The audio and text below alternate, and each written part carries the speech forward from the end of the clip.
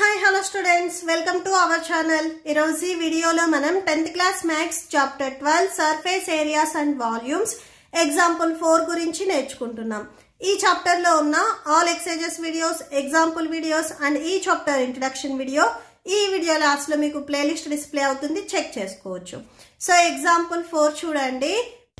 Mayank made a bird bath for his garden in the shape of a cylinder with a hemispherical depression at one end. The height of the cylinder is 1.45 meters and its radius is 30 centimeters. So ఇక్కడ చూడండి, first ఈ bird bath వచ్చేసరికి మనకి cylindrical shape లో ఉంది అని చెప్తున్నారు.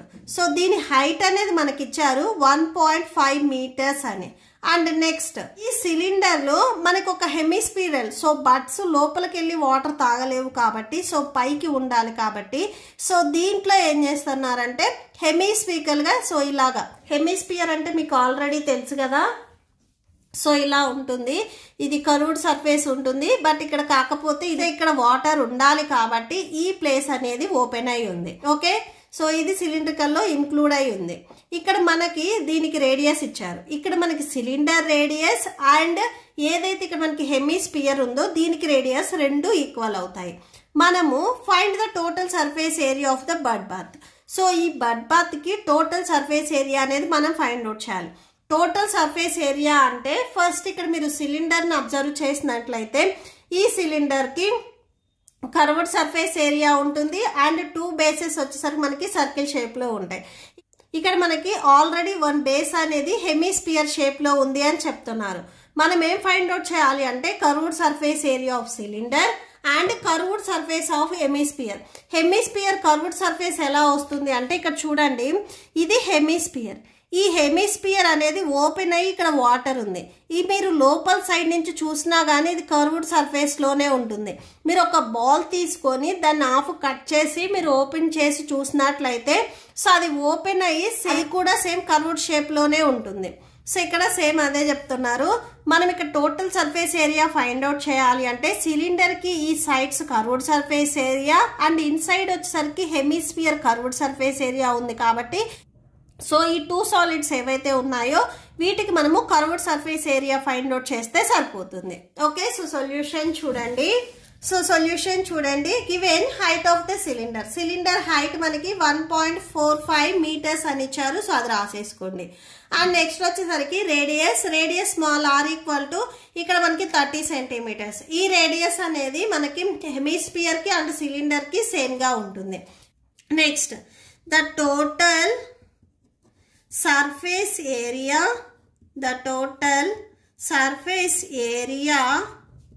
of the bird bath that equal to curved surface area of cylinder minus curved surface area of hemisphere.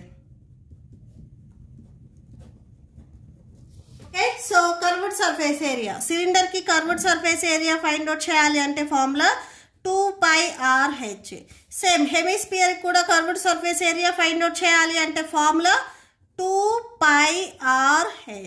Okay, so ఈ 2 ఫార్ములాస్ లో వాల్యూస్ మనం సబ్స్టిట్యూట్ చేసుకుందాము. 2 into pi value 22/7. Next are value మనకి given question లో 30 ఇచ్చారు. So చూడండి, ఇక్కడ are value వచ్చేసరికి మనకి 30 సెంటీమీటర్స్ ఇచ్చారు, సో 30 రాసుకోండి. నెక్స్ట్ హెచ్ వచ్చేసరికి మనకి మీటర్స్ లో ఉంది. మీరు ఈ ఆర్ వాల్యూని మీటర్స్ లో కానీ హెచ్ వాల్యూని సెంటీమీటర్స్ లో కానీ మార్చాలి. సో ఒకటి సెంటీమీటర్స్ ఒకటి మీటర్స్ ఉంటే మనం వాల్యూస్ ని అలానే రాసుకోకూడదు. ఇక్కడ నేను ఏదైతే మీటర్స్ ఉందో దీన్ని నేను సెంటీమీటర్స్ లోకి కన్వర్ట్ చేసుకుంటున్నాను. So 1 metre equal to 100 centimetres. So ఇలాంటి మీటర్స్ ఇక్కడ 1.45 ఉన్నాయి కాబట్టి 1.45 ఇంటూ 100 రాసుకున్నట్లయితే 145 సెంటీమీటర్స్ వస్తుంది. సో అది రాసేసుకోండి. సో హెచ్ ప్లస్ లో ఇప్పుడు మీరు 145 సెంటీమీటర్స్ రాసేసుకోండి. Plus next 2 into pi value 22/7.